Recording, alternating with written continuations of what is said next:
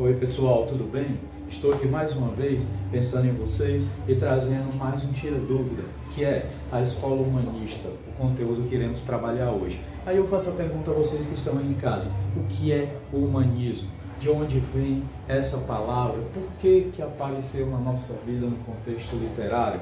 Simplesmente apareceu para nos tirar todas as dúvidas de como foi o período medieval que nós não tivemos, entendeu? Nós tivemos um passado a partir do descobrimento do Brasil, de 1500 para cá. Antes disso, não sabíamos o que existia na literatura mundial. E nós vamos conhecer um pouquinho agora, tá certo? E quando a gente fala de humanismo, a gente pensa no marco, como foi que isso começou. Então nós temos aqui o chamado marco inicial, que deu origem exatamente com a nomeação de Fernão Lopes como cronista-mor do reino em 1434. E finaliza só como um período de transição para uma escola para outra. Mas hoje a gente ainda pode escrever obras com características humanistas, como nós vimos Ariano Suassuna gravar exatamente o Alto da Compadecida, com características humanas. Então vamos partir para isso, para ver um pouco mais com o término, onde é que ele termina? Exatamente com a vinda de Sá de Miranda,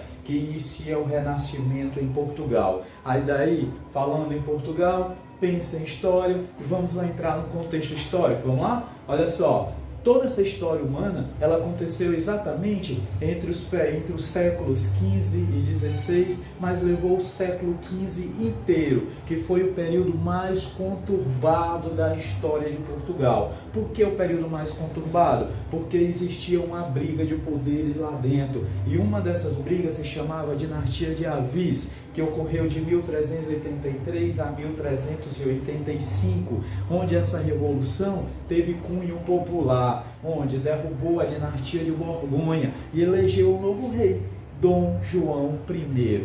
Depois, junto desse contexto, teve o fim das guerras de independência, o declínio do sistema feudal, acabou suzerania, acabou vassalagem, certo? Início das expansões marítimas, teve também a língua portuguesa sendo firmada mundialmente como uma língua independente, certo? A corte torna-se o principal centro de produções culturais e literárias, com o fortalecimento da Casa Real. Imagina como aí a coisa se tornou importante, como a língua portuguesa surgiu como uma flor do lácio, certo? E aí nós temos como trabalhar a literatura, como trabalhar a cultura humanística nesse período.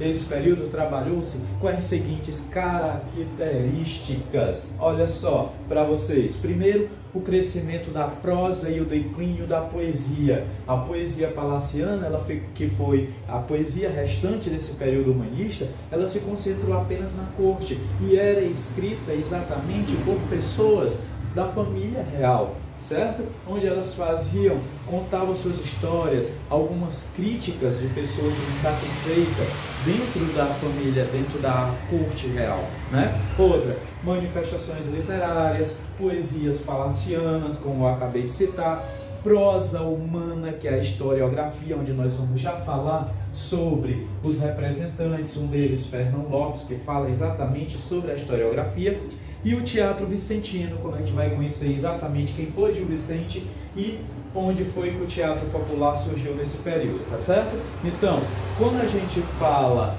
dessas características, terminou, Marcos? Terminou não. Por quê? Porque nós temos a exaltação do homem. O homem passou a ser, dentro da historiografia de Fernão Lopes, como o centro do universo, derrubando exatamente uma palavra chamada teocentrismo, certo? Onde teocentrismo significa Deus como centro de tudo. Acabou esse período. O homem tem sua capacidade, o homem tem sua inteligência, o homem tem seu poder de criação. Então partiu exatamente desse pressuposto, surgindo o antropocentrismo e tirando o teocentrismo. Agora a gente vai entrar um pouco, exatamente como eu disse, na poesia palaciana, que foi o período em que as poesias estavam ligadas à vida social da corte, como eu citei, certo? E era usada para entretenimento nos serões da corte real. tá? Então,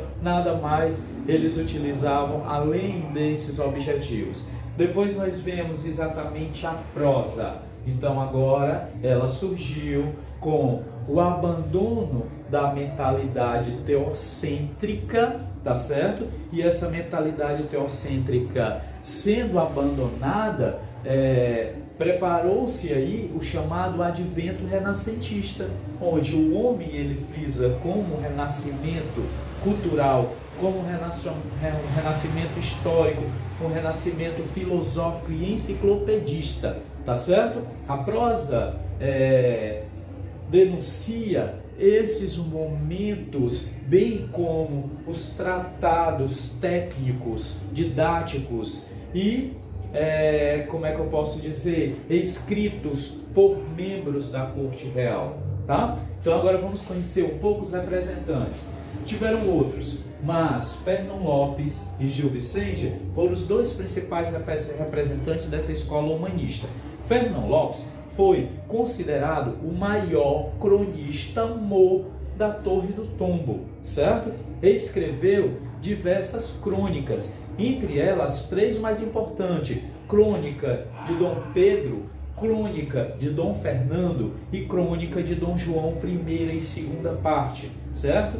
Dentro dessas crônicas, ele relatava exatamente as histórias, ou seja, as expansões marítimas que eles já estavam levando ao continente africano, estava procurando o continente indiano, e aí eles começaram a desenvolver a sua história através de cartas cartográficas, através de documentos escritos, e aí Fernão Lopes teve exatamente o seu poder e a sua principal importância dentro da cultura humanista.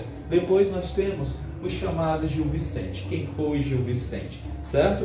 Ele foi o grande criador do teatro popular português, certo? Ele trabalha exatamente sua obra em síntese, mas bem acabada do teatro medieval europeu, e exerce a influência até hoje em Portugal e no Brasil. Quando eu digo "e" no Brasil, é porque o nosso célebre Ariano Suassuna criou o Alto da Compadecida, baseando nos personagens característicos da escola humanista, baseado como é que eu posso dizer, os personagens típicos de nossa sociedade. Então ele trabalhou dentro desse contexto, pensando exatamente como fazer uma crítica essa sociedade hipócrita, certo? Uma sociedade que vive de costumes, mas que não prega esses costumes, costuma desviar certos dogmas, como ele faz crítica à igreja, como ele faz crítica à sociedade em si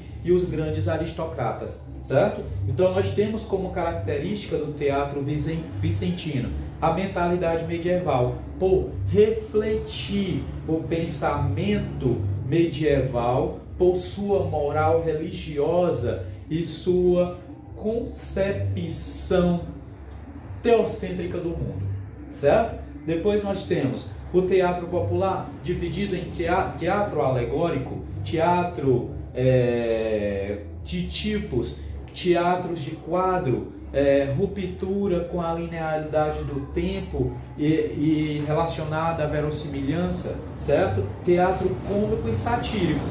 Depois, temos como principal obra dele, o Alto da Visitação, que é um monólogo. Depois desse Alto da Visitação, nós temos a trilogia das barcas, que é considerado o Alto da Barca do Inferno, o Alto da Barca do Purgatório e o Alto da Barca da Glória. O Alto da Barca do Purgatório era onde todas aquelas pessoas que eram consideradas típicas da sociedade hipócrita eram jogadas naquela barca. Então eles iam ser julgados, certo? Quem era condenado ia para a Barca do Inferno, onde estava localizado o diabo. E quem era absolvido ia para a Barca da Glória, conhecer o Reino dos Céus.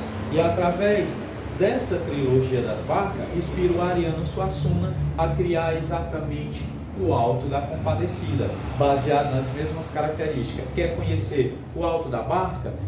Veja o Alto da Compadecida primeiro, tá certo? Depois nós tivemos a farsa de Inês Pereira, o Alto da Lusitânia e muitos outros. Então, acho que aqui deu para contar um pouco sobre a escola humanista. E eu vou deixar para você em casa, certo? Pesquisar e fazer uma análise sobre a trilogia das barcas e sobre a farsa de Inês Pereira.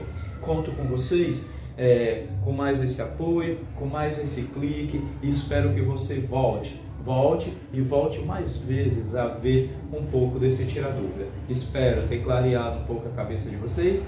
Bom estudo, tá certo? Boas atividades e espero que Deus os abençoe imensamente, tá bom? Fica aqui o meu tchau e até a próxima.